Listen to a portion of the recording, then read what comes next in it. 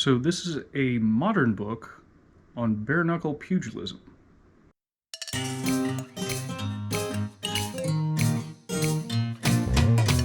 Hi guys, my name is Joe and welcome to Fighting Words, the martial arts library. On this channel I review martial arts books and I touch on other martial arts related subjects. So the subject for today's review is Introduction to Scientific Pugilism by Daniel Carnegie. Now, I couldn't find a copyright date on this, but it appears to be a book that was printed in the last 10 years. I have to start off by saying that the book itself is very short. It is actually almost not long enough to be called a book. It's less than 40 pages. It is in color. It has a spiral binding, which I like because if you need to lay out the pages flat, take a look at the techniques, you can do that, or fold it over directly and the binding won't break, which, as I'm discovering because I'm taking pictures of a lot of these old manuals, the binding can break sometimes. I feel very sad for some of my books. The photos, as you can see, are in color, and this is meant to be used as a study guide for the first level of the International Bare Knuckle Boxing Association. As far as the author himself goes, most of the information that I found on him was actually provided in this book and on his LinkedIn account. He has been studying martial arts for a while, but since 2001, his focus has been on historical Western martial arts. So this includes bare-knuckle boxing, it includes Irish shillelagh fighting, it includes catch-as-catch-can wrestling, and a few other things. Specific to this book, the author will note that his personal style of pugilism comes from his own personal research and experimentation. We begin with stance and the on-guard position. The stance basically comes down to how square your hips are. The stance is what the lower body is doing, basically. He describes three types of stances, and again, it depends on how squared up the hips are or how bladed they are relative to the position of the opponent. He provides a number of on-guard positions, some of which would be recognized by modern fight practitioners, others that would have been recognizable as historical on-guard positions from famous fighters. I will note in this section that almost all of them get a front and profile picture to go with the explanations. However, the Humphreys guard, which is mentioned, is not actually pictured. As far as the footwork goes, most of it is very linear. You're going to get your basic four-direction movement.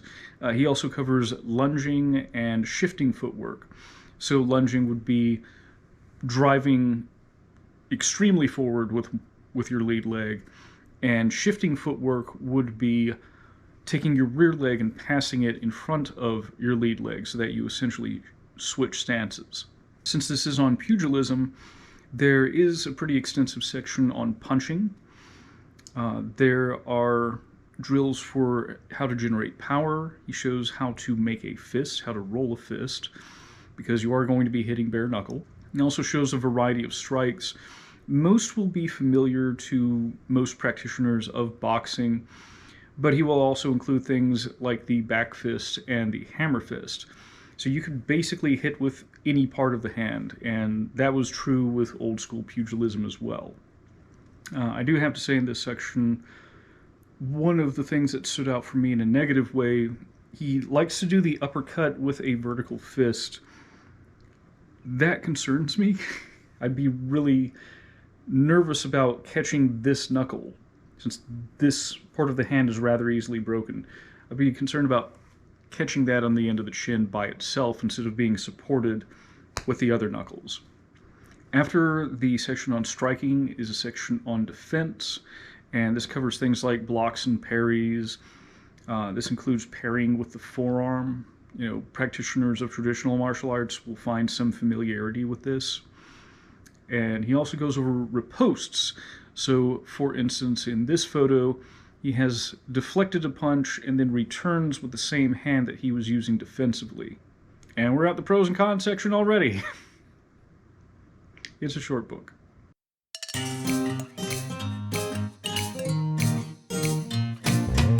As far as the pros go, the photographs are in color. They are very clear.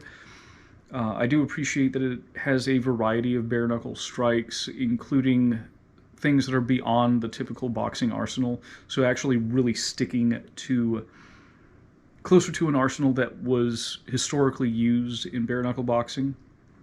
I appreciate the variety of on-guard positions that are being shown here. There's a few that I'd like to try out myself. He's got like a shield guard, so your lead hand is shielding, your rear hand is more positioned low.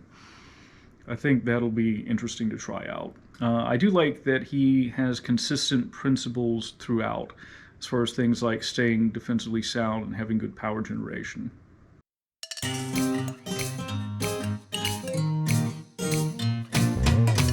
As far as the cons go, it's this big. It's very brief. It is, of course, meant to only be an introduction. It is meant to cover like level 1 of I don't know how many levels. So purposefully it's not longer, but I think that a lot more could be added to it. There are also just a few little editing errors, like I mentioned, the Humphreys guard. On the other on-guard positions, you have, again, a front and profile photograph accompanied by the guard in bold text. I almost missed the Humphreys guard, because not only were there not accompanying photos, but the name of it wasn't in bold text at all. And as a minor nitpick, all the letters are capitalized. I don't think this detracts from it at all, except I'm definitely not used to reading things like that. My long-term roommate was an English major. My mother did some proofreading, so anything that sort of deviates from the editorial norm just grates on me. I don't know how big a problem that's going to be for everyone else, but it also seems like something that should have had a simple fix and just wasn't, and it bugs me.